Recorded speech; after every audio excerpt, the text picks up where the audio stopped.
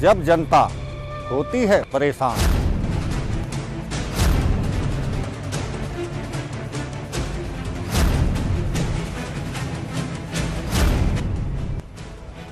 तो अधिकारी कैसे करते हैं समाधान।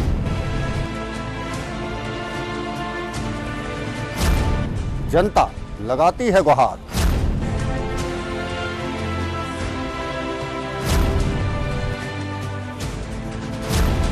कैसा होता है अधिकारियों का व्यवहार।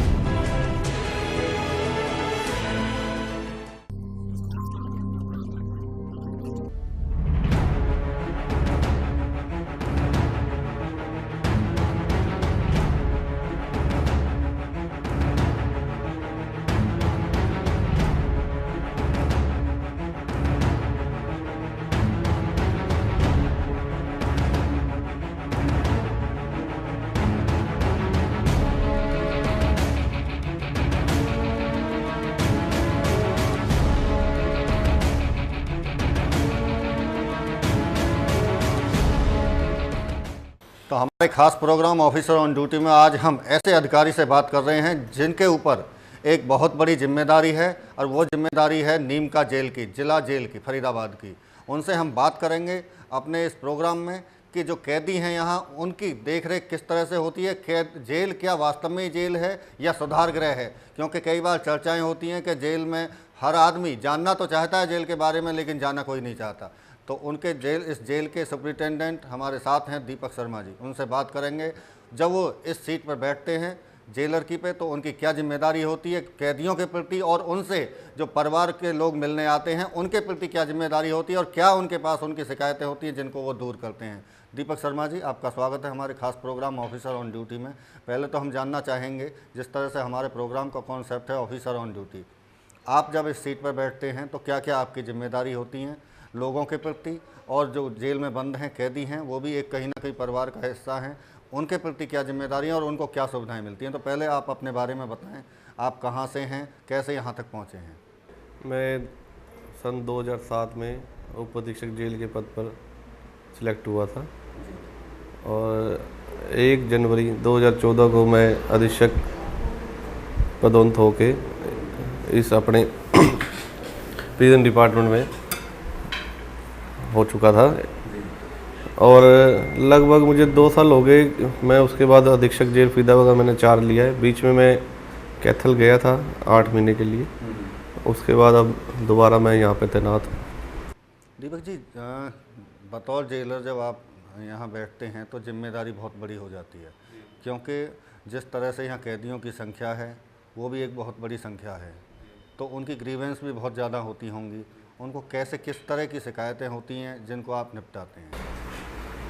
हर किसी की मैं डेली हर किसी को सुनता हूँ। किसी की भी मैंने कह रखा है अपने सभी बंदों को कि किसी की भी कोई भी कंप्लेंट, जब मैं दफ्तर होता हूँ तो किसी भी टाइम वो आ सकते हैं। किसी प्रकार की समस्या है तो उसका उसी टाइम निपटान किया जाता है। जैसे कि किसी को मुलाकात की समस्या आ जाती है, कई बार जिनके परिवार वाले आते हैं, कई बार दूर लेट हो जाते हैं, तो उनको बताया जाता है कि कैसे, जो पहली बार आया उनको बताया जाता है कि मुलाकात किस तरह करनी है, कि राशि वाइज है, आपका इस दिन राशि है, ये सब। पहले तो जब वो शुरू में आता है तो उनको उनके लिटरेसी मिशन के बारे में बताया जाता है कि आपके पास अगर वकील नहीं है तो हम आपको सरकारी वकील प्रोवाइड करते हैं। कुछ बंदे होते हैं कि जिनके पास नहीं होता, तो हरियाणा लीगल एड सर्विसेज है हमारी, जो जिसके सेशन जज साहब चेयरमैन हैं और मेंबर सेक्रेटरी हमारी CGM है, तो उनके सौजन्य से हम ये चीज़ हाई कोर्ट ने मानी, हाई कोर्ट ने चला रखी है कि जिनको वकील नहीं है, इवन हम कैदी होने के बाद भी उनको सरकारी वकील दिया जाता है कि हाई कोर्ट में जिसने अपील करनी है तो उनको वकील दिया जाता है, प्रोवाइड करा दिया जाता है। अच्छा जी। इसके अलावा और भी समस्या होती हैं। कभी किसी को कोई समस्या होती है, किसी की जो समस्या है उसका उसी टाइम निपटान कर देते हैं हम। और जैसे आप पूछे, जैसे कौन जैसे समस्या किस बारे में पूछना चाह रही हैं? अच्छा, मेरा कहने का मतलब ये है कि यहाँ किसी हर तरह के कैदी आते हैं, हर केस का कोई एक सीमा नहीं होती, किस केस में कौन आया है, कितना बड़ा जघन्य अपराध किया है, उनको एक साथ यहाँ पहले कितने कैदी हैं आपके हिसाब से? आज की डेट में हमारे पास लगभग 2250 के आसपास कैदी। 2250 कैदी, 2250 की जो संख्या है बहुत काफ़ी बड़ी संख्या मानी जाती है, जिसमें से 60 लेडीज़ हैं हमारी। हाँ, तो अगर समन्वय की हम बात करें, इनके आपस में समन्वय बनाने की, तो किस तरह से, क्योंकि माहौल को एक सादगी बना के रखना है, सामाजिक तौर पर भी जिम्मेदारी आपको निभानी है, तो यहाँ कैसे आप इसमें हम थोड़ा सेपरेशन कर देते हैं कि जो ज़्यादा हार्डकोर हैं उनको थोड़ा सेपरेट वार्ड में रखा जाता है, सिक्योरिटी वार्ड में, अगर उस चीज़ को देखते हुए। और जो नॉर्मल आदमी हैं, जो आदमी व्यवहारिक घर का जिसका छोटे मोटे क्राइम में आ गए, उनको हम सेपरेशन कर देते हैं। उनको अलग, अंडर ट्रायल और कैदी दोनों अलग अलग बंद करे जाते हैं, उनकी बैरिक्स अलग अलग होती हैं। तो उनको उसी हिसाब से कि हाँ भाई अगर कोई तंग करता है तो डेली के हमारे उस पर इंचार्ज होता है। अगर कोई मान लो किसी को कोई कहता भी है, किसी कोई बात है, तो इंचार्ज हमारे डिप्टी सुपरिटेंडेंट के पास लेके आता है। अगर उनसे कोई समस्या नहीं दूर होती तो वो मेरे सम्मुख पेश करता है उनको। आपने अभी अंडर ट्रायल की बात की, विचाराधीन कैदी और सजाया तक है, दो तरह के कैदी आपकी जेल में रहते हैं। क्या दोनों को कुछ सुविधाओं में कुछ फर्क है? क्या फर्क है दोनों में? सुविधाओं में ये फर्क है जी कि अंडर ट्रायल की जो मुलाकात है वो 1 हफ्ते में 2 बार कर सकता है। अच्छा। और जो कैदी है उसको 1 बार मुलाकात कराई जाती है। और अंडर ट्रायल जो कैदी हो जाते हैं उसके बाद कैद होने के बाद उनसे काम वगैरह, जैसे जिसकी रिग्रेस इम्प्लीमेंट गवर्नमेंट अपने कोर्ट करती हैं, तो उनसे काम भी लिया जाता है। जो जिस काम में निपुण होता है उसको वहीं उसकी मुशक्कत लगा दी जाती है।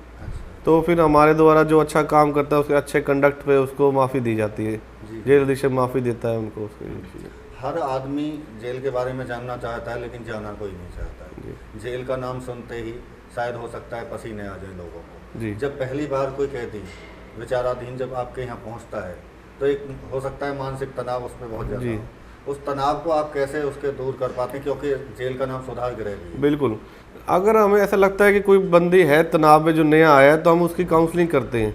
जब वो पहले दिन आता है तो उसकी एंट्री, सारी टोटल एंट्री होती है कि वो क्या करता था, क्या कैसे हुआ, कहाँ का रहने वाला है, पूरे हमारे रजिस्टर में एंट्री होती है। फिर वो उप अधीक्षक के सम्मुख पेश होता है।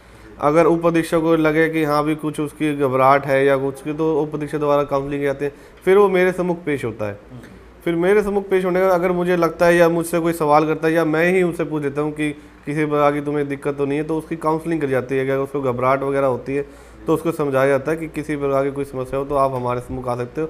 उस चीज़ में बताया जाता है कि अगर आपने किसी डरने की जरूरत नहीं, या कोई भी आपको समस्या आती है तो हमारे अंदर इंचार्ज होते हैं, उनको आप जरूर बताएं उस चीज़ के बारे में। बात करें हम उनके रहन सहन की, तो क्या उनके रहने सहने के तरीका हैं कैदियों के, वो किस तरह से रहते हैं? रहने अंडर ट्रायल बैरिक्स हमारी अलग बनी हुई, उसमें अंडर ट्रायल हैं, कैदी की अलग हैं। रहने सहने के लिए उनको हर चीज़ की खाना पीना उनका जो है 2 टाइम खाना दिया जाता है, 2 टाइम चाय दी जाती है, 250 ग्राम दूध दिया जाता है, संडे को खीर बनाई जाती है। और हमारे जो कैंटीन बनी हुई है, आप जो भी बंदी परिजन मिलने वाले आते हैं या किसी से, तो वो उनको पैसे दे जाते हैं, तो उनके खाते में जमा करके कैशलेस कैंटीन चल रही है हमारी। ये चीज़ें उनको सुविधाएं दी गई हैं। और उनके मनोरंजन के लिए free to air dish TV लगाए गए हैं। जी।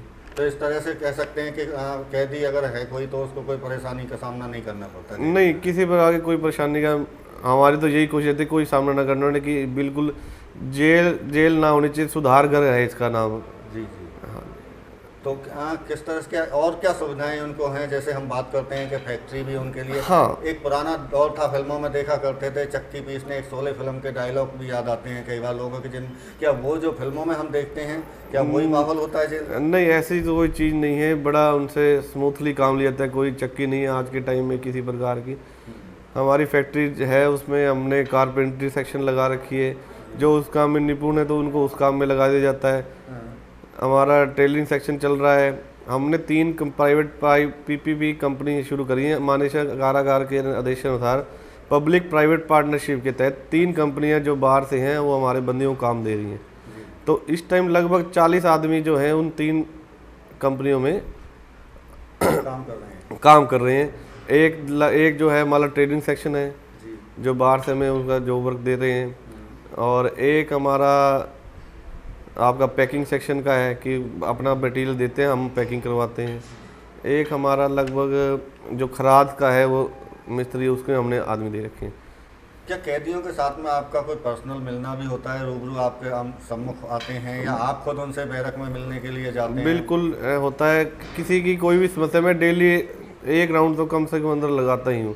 अच्छा। जेल का एक से कभी 2 भी हो जाते हैं। और वीकली पीरियड लेता हूँ जेल में कि किसी की भी कोई समस्या है तो वो मुझे तुरंत, मैं एक जो सारे पर्सनली एक एक बंदी से मिलता हूँ। अच्छा। अगर किसी की भी कोई समस्या है किसी प्रकार की भी तो उसका तुरंत निपटान किया जाता है।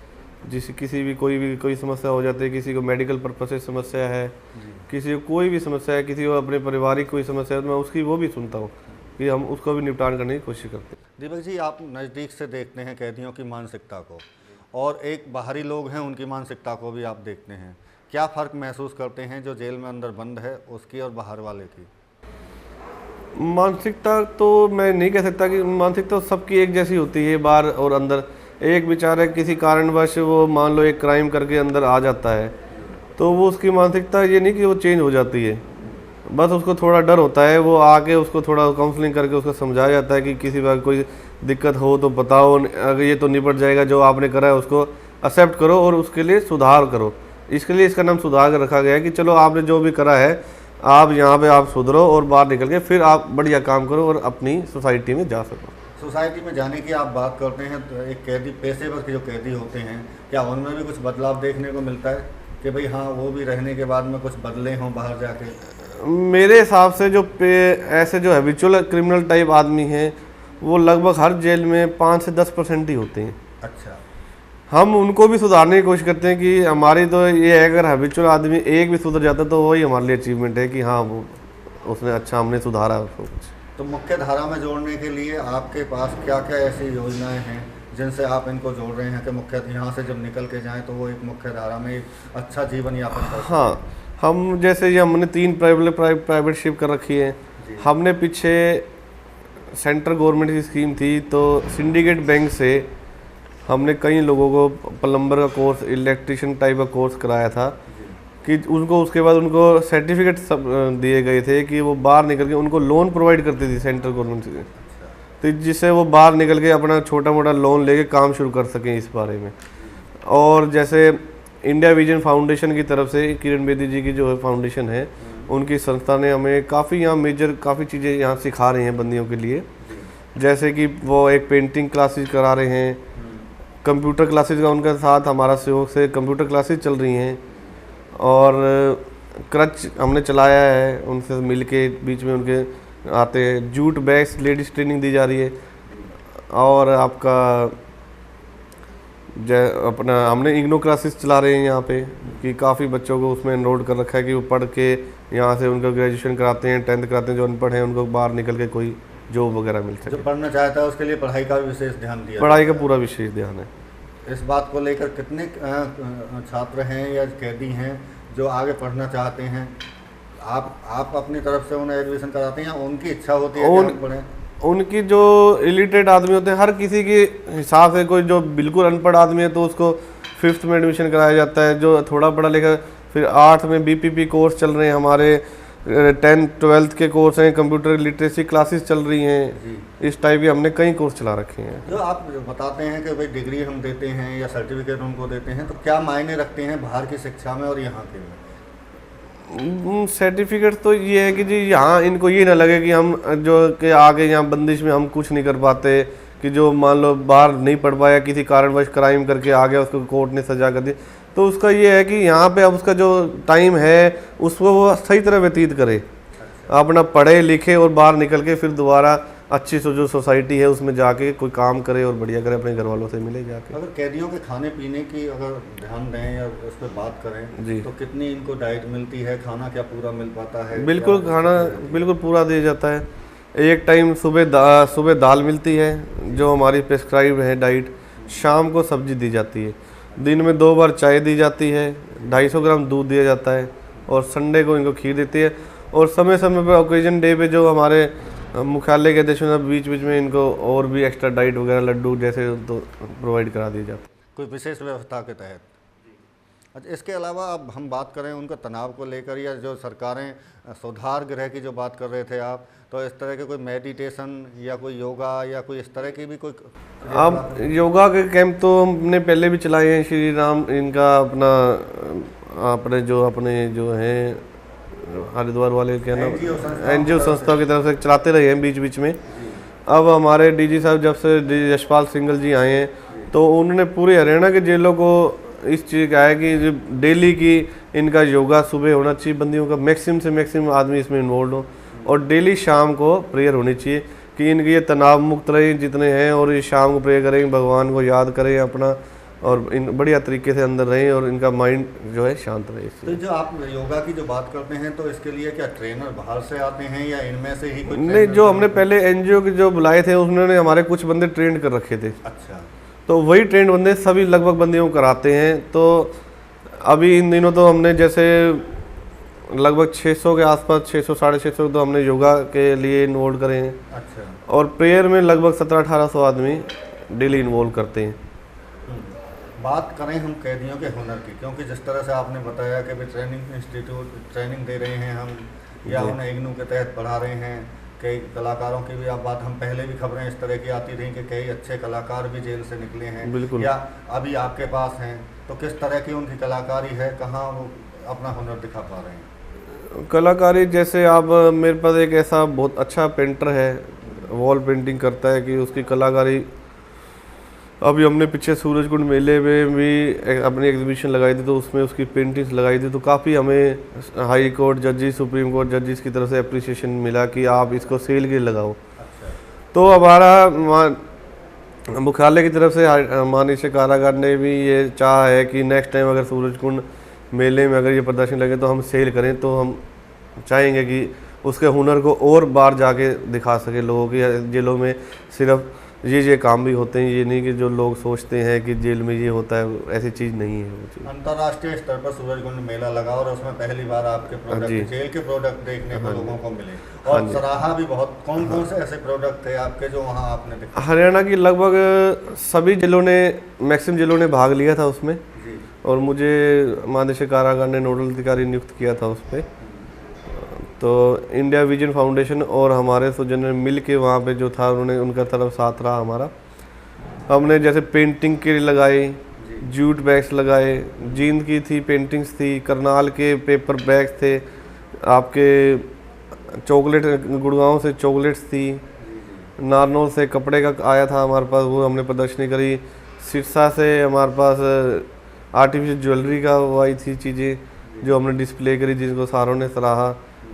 और रोहतक से लकड़ी का लिए हमारे लिए डिस्प्ले का हमने उनको दिखाई, जो चीज़ें उन्होंने बनाई थी। काफ़ी चीज़ें ऐसी थी जो हमारे जो जूट बैग्स थे वो दिखाए हमने उनको। अलग अलग क्षेत्रों में कैदियों ने जो हुनर दिखाया, क्या आप महसूस करते हैं कि ये सारी चीज़ें जिस तरह से आपने वहाँ प्रदर्शनी के तौर पर लगाई, तो क्या लोग खरीदना चाह रहे थे उनको? बिल्कुल, जो ये तो काफ़ी चीज़ों ने हमें डिमांड करी, काफ़ी बंदे आए कि ये सामान, कहीं तो हमारे से नंबर तक ले गए कि नेक्स्ट टाइम लगाओगे तो ये हमारा नंबर है जी, हमें बताना, हम सेल करें।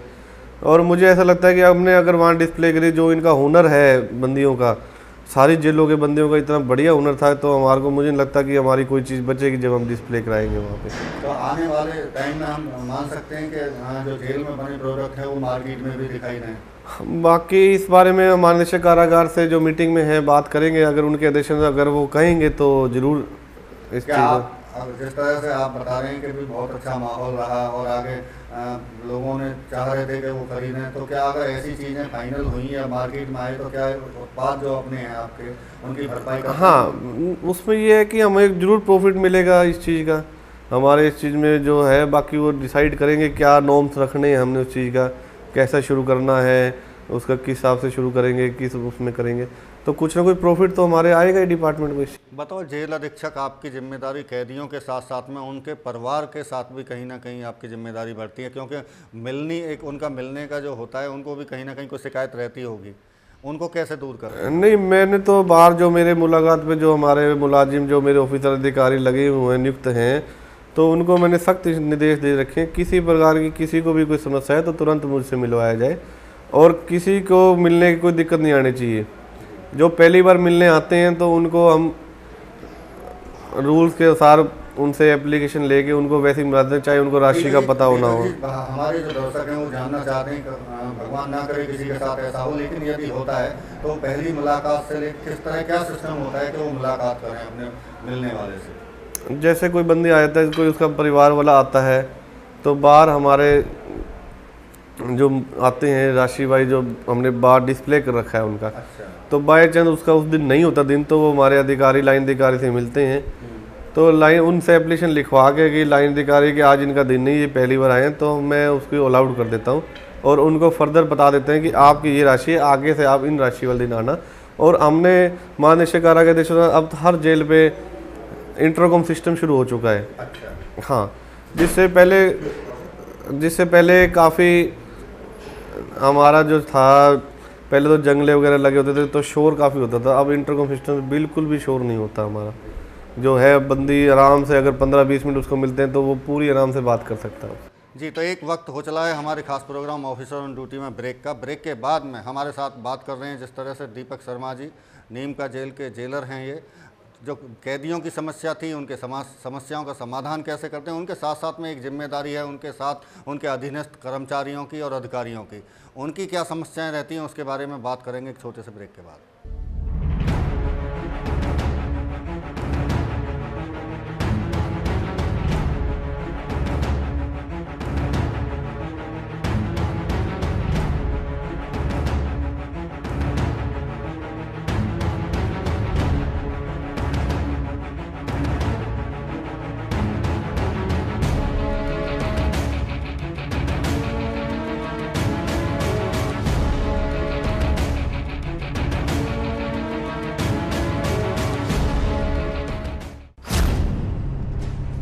जब जनता होती है परेशान,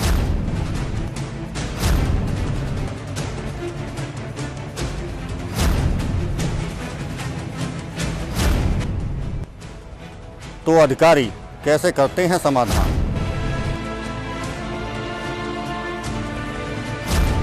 जनता लगाती है गुहार,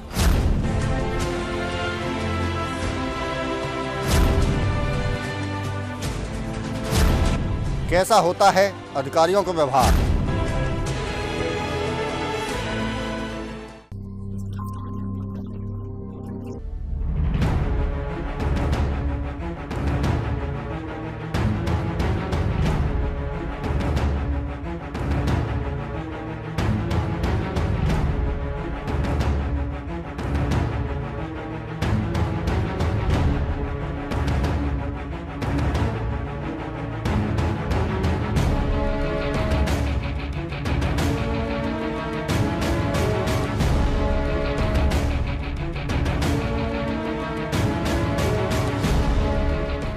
ब्रेक के बाद स्वागत है आपका हमारे खास प्रोग्राम ऑफिसर ऑन ड्यूटी में। और आज हम बात कर रहे हैं नीम का जिला जेल के जेलर हैं दीपक शर्मा जी। उनसे बात कर रहे थे हम अभी कैदियों के बारे में, उनको क्या सुविधाएं मिल रही हैं और उनसे क्या काम लिए जा रहे हैं। उसी में हम बात कर रहे हैं उनसे उनके अधीनस्थ कर्मचारियों की और अधिकारियों की। दीपक जी, आपके साथ में एक अधिकारियों की भी टीम है, कर्मचारियों की भी टीम है। उनको समायोजन या उनको कैसे बैलेंस करते हैं, क्योंकि शिकायतें अगर कैदियों की हैं तो उनकी भी होंगी, उनको कैसे निपटा रहे हैं? नहीं, मैं हर मंथली इनकी एक मीटिंग होती है हमारी, अपनी मीटिंग लेता हूँ वाटर गार्ड्स की, और अधिकारियों की तो रूटीन में लेते रहते हैं जो मीटिंग से। अगर उनकी कोई भी समस्या होती है जिनका मेरे हाथ में हो तो मैं अपना निपटान करता हूँ, नहीं तो बाकी मुख्यालय के स्तर पर लिख के भेज दिया जाता है कि ऐसी ऐसी समस्या, तो वो निपटान कर दी जाता है। आपके हाथ की समस्याएं जिनको आप निपटा रहे हो, किस तरह की समस्याएं होती हैं? क्या जेल से संबंधित समस्याएं हैं या उनकी अपनी निजी समस्याएं लेकर आते हैं? जेल से कुछ संबंधित होती हैं, किसी की कोई अगर कोई वगैरह ड्रेस वगैरह की है, किसी कपड़ा की, ड्रेस की, वर्दी की हो गई जी। निजी समस्या भी हम पर्सनल लेवल पे निपटाने की कोशिश करते हैं निजी। तो बाकी तो जो हमारे डिपार्टमेंट की है वो हम। दीपक जी, मैं इसलिए भी आपसे जानना चाह रहा हूँ इस चीज़ को, क्योंकि जब आप जहाँ रह रहे हैं और जिन लोगों को आप देख रहे हैं उनकी मानसिकता कहीं ना कहीं क्रिमिनल हैं, वो जो कैदी हैं, क्राइम किया हुआ है कुछ लोगों ने, तो उनकी मानसिकता थोड़ी भिन्न हो जाती है। और उस भिन्न मानसिकता में आपको उनके साथ में रहना, एक चीज़ होती है कि साथ को साथ, जैसे आप समाज में बैठेंगे ऐसा ही आपका भी मन हो जाएगा, तो कहीं ना कहीं तनाव आपको भी रहता होगा इस तरह का। उससे कैसे निपटते हैं, क्योंकि आपका व्यक्तिगत जीवन भी है उसमें, कैसे, क्योंकि कैदियों के साथ रह कर कहीं आपकी भी मानसिकता। नहीं, मैं इस चीज़ में तो ऐसा नहीं कह सकता कि अगर मैं तनाव में रहूँगा तो इनको मैं तनाव में रखूँगा जी। अगर मैं ठीक हूँ तो अपना भी ये ठीक रहेंगे। मेरी तो यही कोशिश रहती है कि मैं तनाव में बिल्कुल रहता ही नहीं। कहीं महसूस करते हैं या आपके कर्मचारी कभी आप महसूस करते नहीं, हो? मैं तो कर्मचारियों की मीटिंग में भी कहता हूँ कि बिल्कुल तनाव में रहना, किसी भी कोई समस्या है तो डेली की डेली मुझे अपडेट दो, कि साथ के साथ अगर समस्या निपटती जाए तनाव कम हो जाता है उस चीज़ से। अगर मेरा तनाव और मेरे अधिकारी और कर्मचारियों का तनाव कम होगा तो बंदियों का ऑटोमेटिक ही तनाव कम होगा उस चीज़ का। इनके तनाव के कम के लिए मैंने कई कोर्सेज चलाए हैं। अच्छा, ठीक है। जो चल रहे हैं इसके। हाँ हाँ, आप मानसिकता की बात कर रहे हैं, आप शिक्षित भी आप इनको कर रहे हैं कैदियों को, बिल्कुल किस कर तरह रहे से हैं। आप शिक्षित कर रहे हैं? क्योंकि एक शिक्षा की मोदी सरकार का भी एक अहम रोल है कि स्किल डेवलपमेंट इंडिया को लेकर उनको वैकल्पिक व्यवस्था या वोकेशनल ट्रेनिंग को, तो ये क्या कैदियों को कौन कौन से आप ट्रेनिंग दे रहे हैं? हमने अब तक हमारा जब से इग्नो सेंटर इस जेल पे आया है, लगभग हमने इनमें कई कोर्सेज कराए हैं इग्नो सेंटर की तरफ से। बीपीपी हैं, सीएचआर हैं, बीडीपी और एमए मास्टर डिग्री वगैरह हैं। जैसे सीएचआर है अपना सर्टिफिकेट इन ह्यूमन राइट्स, और सीआरडी है सर्टिफिकेट इन रूरल डेवलपमेंट।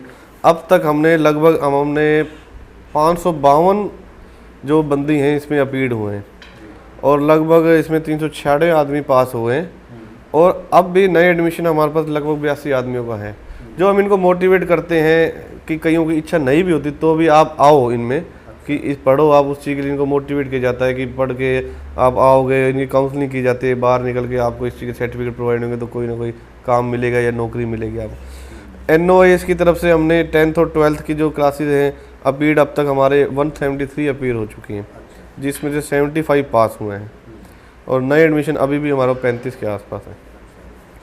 और NOAS की तरफ से वोकेशनल ट्रेनिंग शुरू की गई थी, जिसमें हमने लाइब्रेरी साइंस के अब बंदों के हमने सर्टिफिकेट प्रोवाइड कराए, कोर्सेज शुरू कराए। एक कंप्यूटर एप्लीकेशन का कोर्स कराया, इलेक्ट्रिकल टेक्नीशियन का कराया, कटिंग टेलरिंग का कोर्स शुरू करवाया था हमने, कारपेंटरिंग का कराया था, बेकरी का कराया, वेल्डिंग का कराया, प्लम्बिंग टाइप में कराया हमने, लेडीज़ के लिए ब्यूटी का कराया था, ब्यूटी कल्चर का, और योगा का भी करवाया था। उसमें से लगभग हमारे 132 आदमी अपीड हो चुके हैं, उसमें बैच वाइज बनाए थे, और 53 ही पास हुए थे। अब वो दोबारा जब शुरू करते हैं तो उनको जो उस टाइम फेल हुए थे उनको दोबारा उसमें एनरोल करा जाएगा। एक हमारा है community development through polytechnic CDTP, जिसमें पॉलिटेक्निक की तरफ से हमने इनके कोर्स शुरू करवाए थे। कंप्यूटर एप्लीकेशन के हमने कोर्स करवाए थे, प्लम्बिंग का कराया था, उसमें इलेक्ट्रिशियन का कराया था, और ब्यूटिशियन का फीमेल कैंडिडेट का। इसमें से टोटल हमारे 130 बंदे अपीयर हुए थे, और लगभग 116 पास हुए थे इसके। फिर हमने स्किल ट्रेनिंग करवाई उनकी, जो मिनिस्ट्री ऑफ रूरल डेवलपमेंट की, जो मोदी अपने सेंटर की तरफ से थी। मोदी सरकार जी ने हमारे को जो था प्रधानमंत्री योजना के तहत जो स्कीम लगाई गई वो शुरू करवाई थी। उसमें से हमने कई कोर्स करवाए, जैसे कि मोटर वाइंडिंग का कोर्स करवाया था, उसमें से 28 बंदे और एक कोर्स में थे, तो उसमें से 23 पास हुए हमारे। स्विंग मशीन का शुरू करवाया था फीमेल वार्ड में, 42 बंदों लेडीज़ ने हमारे भाग लिया, तो 34 पास हुई उसमें से। बैग मेकिंग का चल रहा है जो हमारा काम, 32 में से 32 पास हुए।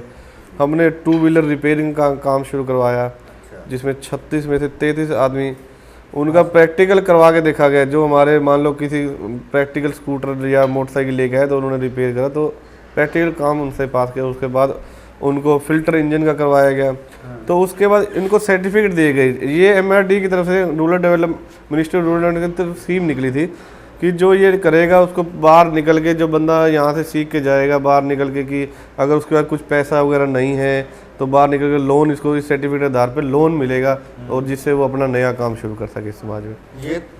ये तो रही आपकी जो शिक्षा की आप बात कर रहे हैं। शिक्षा के साथ में स्वास्थ्य भी एक बहुत बड़ी जिम्मेदारी है। उनके स्वास्थ्य को लेकर आपके पास में क्या योजना है, कैसे उनका, क्योंकि इतने लोग हैं तो बीमार भी होते होंगे? बीमार होते हैं हमारे पास, अगर कोई बीमार वगैरह है तो अपना हॉस्पिटल है 30 बेड्स का यहाँ अंदर। मेरे पास एक तो परमानेंट डॉक्टर है और 3 डॉक्टर कॉन्ट्रैक्ट पे हैं मेरे पास यहाँ, 2 फार्मासिस्ट हैं।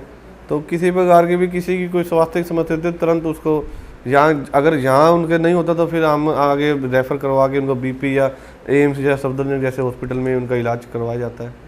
किसी प्रकार की हमारी तो यही इच्छा रहती है कि कम से कम बीमार हो, क्योंकि हम तो ये चाहते हैं कि योगा वगैरह करें और जिन चीज़ों से इनका स्वास्थ्य ठीक रहे, डेली इनको करवा रहे हैं आजकल योगा और प्रेयर। दीपक जी, गर्मियाँ जिस तरह से शुरू हुई हैं और आप भी जानते हैं कि वाटर लेवल बहुत डाउन हो गया, पानी की बहुत समस्या है और कई जगह खारा पानी है या पानी में डस्ट मड बहुत ज़्यादा है।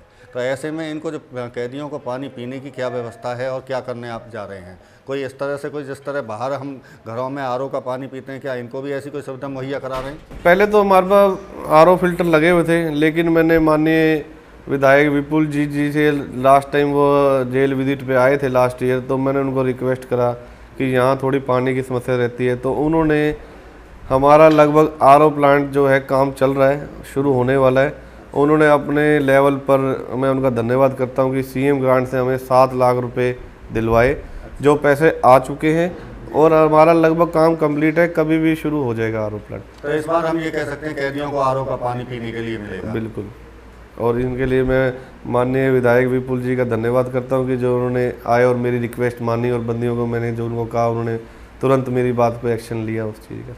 दीपक जी, ये तो रही बात सुविधाओं को लेकर, आपने विस्तृत बातचीत की है हमारे साथ में, लेकिन एक बड़ा सवाल अभी भी है कि आरोप बहुत लगते हैं जेलों पर। ये क्या है, क्या वजह रहती है इन आरोपों की? कि एक आरोप और लगता है मोबाइल वाला।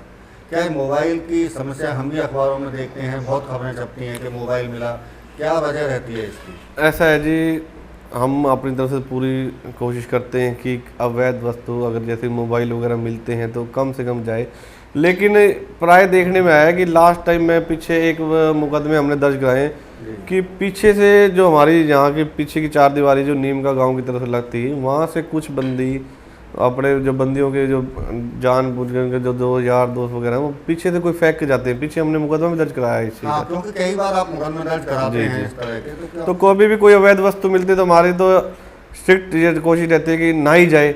अगर कई बार ऐसा देखने में आया कि पीछे से आ जाते हैं तो वो जैसे ही मिलती है उनके खिलाफ फिर हम मुकदमा कर देते हैं कि उनकी कॉल डिटेल में आगे देखो निकाली जाए कि किस तरह ये पहुँचे हैं जेल में, अगर फेंके गए तो किस तरह फेंके गए हैं, तो पुलिस उसकी कार्रवाई करा जाती है। सरकार सभी विभागों को भ्रष्टाचार से मुक्त करने के लिए 0 टॉलरेंस पॉलिसी लेकर आई है, ट्रांसपेरेंसी ज़्यादा बढ़ाई गई है। किस तरह से लोगों को आप विश्वास दिलाएंगे कि बिल्कुल से यहाँ ट्रांसपेरेंसी से काम होता है?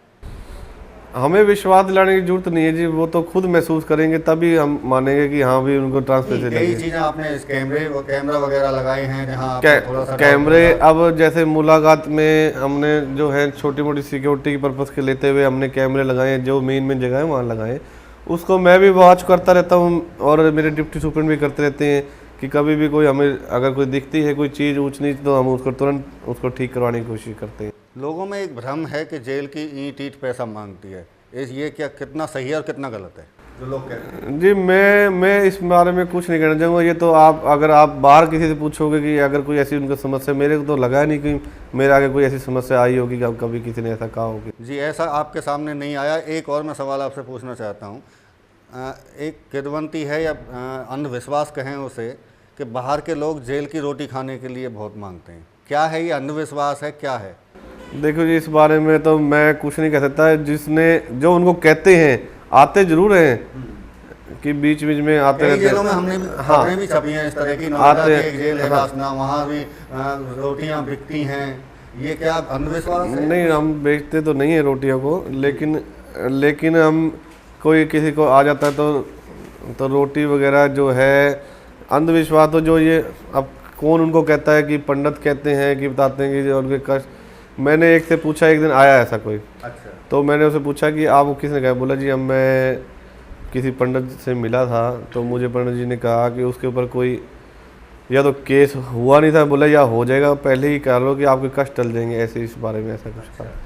तो मुझे तो ये लगता नहीं कि मैं तो इन चीज़ों को मानता नहीं, लेकिन फिर भी कहीं ना कहीं उनकी समस्या जो है या उनके जो वहम है या डर है, हाँ, उसको आप दूर करते हैं। हाँ, बस उनको दूर कर देते हैं। हमें तो ऐसा लगता नहीं, लेकिन फिर भी चलो अगर कोई आ रहा है तो उसको अगर हो सके तो कई बार दे दी जाती है। दीपक जी, हमारी और आपकी बात हुई, इसके अलावा हम आपसे जानना चाहेंगे कि आप औचक निरीक्षण भी कहीं ना कहीं करते रहते होंगे, तो बिल्कुल। आज आप कहाँ औचक निरीक्षण करने वाले हैं हमारे साथ?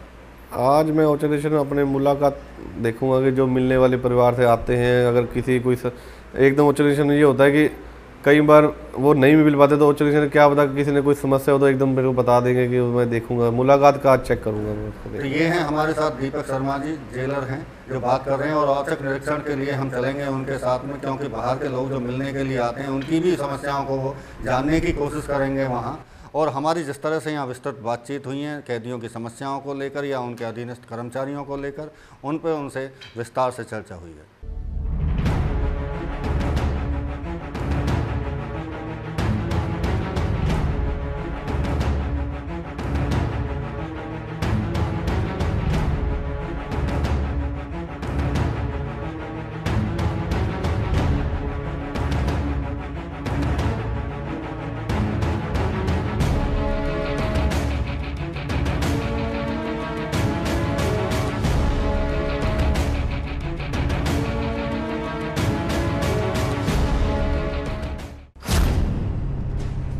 जब जनता होती है परेशान,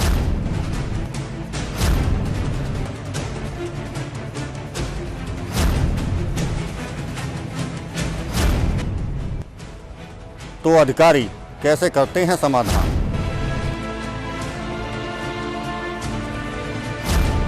जनता लगाती है गुहार,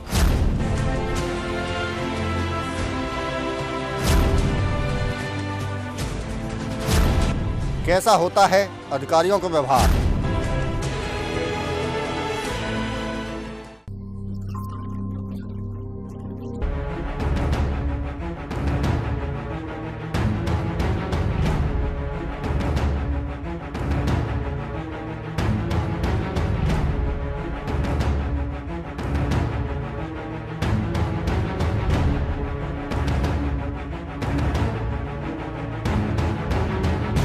हम पहुंचे हैं नीम का जेल में मुलाकात कक्ष में, जहां जेलर दीपक शर्मा जी वहां औचक निरीक्षण करने के लिए पहुंचे हैं। और यहां देखेंगे किस तरह से वो मुलाकात होती है। और यहां जो हम देख रहे हैं जिस तरह से भीड़ है, कितना वक्त उनको लगता है और किस तरह से क्या क्या उनको आइडेंटिफिकेशन करने के बाद में कितना टाइम मुलाकात के लिए मिलता है। दीपक जी, आप यहाँ आए हैं, आपने यहाँ की चीज़ों को देख रहे हैं, किस तरह से मुलाकात का तरीका है, कितना टाइम लगता है, क्या है ये? राशि अनुसार सबकी मुलाकात करवाई जाती है। जो भी परिजन आता है पहले हमारे कंप्यूटर में वो आइडेंटिटी दिखाता है कि मैंने किससे मिलना है और उसकी आइडेंटिटी वगैरह ली जाती है। तो उसके अनुसार उसको फिर अंदर से उसको बुला के हर प्रिजनर को लगभग 15 से 20 मिनट तक मिलवाया जाता है। और हमारे अब तो सरकार ने इंटरकॉम सिस्टम शुरू कर दिया है यहाँ पे। इंटरकॉम सिस्टम में अब उनके आराम से बात कराई जाती है, क्योंकि पहले जो हमारे थे वो उसमें जालियों से होती थी तो उसमें थोड़ा शोर होता था, जिनसे उनको मुलाकात में थोड़ी समस्या आती थी। अब तो सरकार के देशों और महानिदेशक कारागार के देशों में सारी जेलों में इंटरकॉम सिस्टम है, हमारा भी शुरू हो चुका है, जिससे वो आराम से वो बात कर सकते हैं, वो किसी प्रकार की कोई समस्या नहीं आती। मैं समय समय पर औचक निरीक्षण करता ही रहता हूँ, अगर किसी कोई समस्या होती है तो उसको अच्छी तरह सुना जाता है ये चीज़। अब जिस तरह हम यहाँ देख रहे हैं काफ़ी संख्या में यहाँ लोग बैठे हैं, तो कितना टाइम और कितनी मुलाकातें एक दिन में हो जाती होंगी? लगभग हमारी जो है 150 के आसपास, 150 के और 200 के बीच में मुलाकात डेली की होती हैं, जिनके ये सुबह 8 बजे शुरू हो जाती हैं और जब तक इनकी एंट्री होने के बाद इनकी 2 बज जाए चाहे 3 बजे इनकी कराई जाती है मुलाकात। क्या ये हफ्ते में पूरे सप्ताह होती हैं, सप्ताह में, या कोई दिन छुट्टी का भी रहता है, क्या सिस्टम होता है? गस्टेड हॉलीडे जो हमारी संडे को हॉलीडे रहती है और जो हमारी जेल हॉलीडे है उस दिन ये अवकाश पे रहती है मुलाकात। उस दिन आप मुलाकात के लिए यहाँ नहीं कर सकते? ये लोगों को पहले से पता होता है या आने के बाद पता? अगर कोई छुट्टी होती है तो हम 1 हफ्ता पहले या 10 दिन पहले, 15 दिन पहले उस बारे में बाहर नोटिस बोर्ड पे पर्चा लगवा देते हैं कि आज छुट्टी है, अवकाश पे, इसलिए ना यहाँ आए।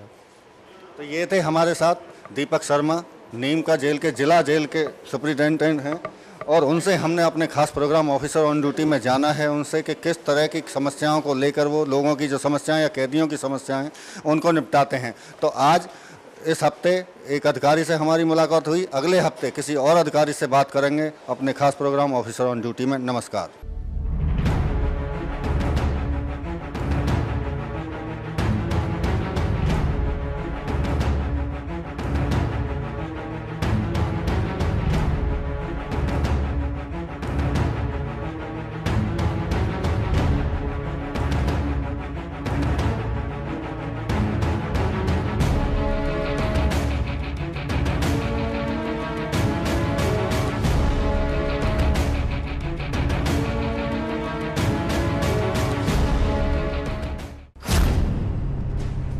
जब जनता होती है परेशान,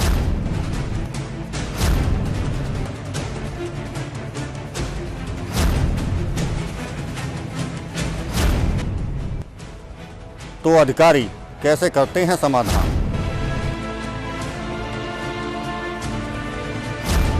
जनता लगाती है गुहार।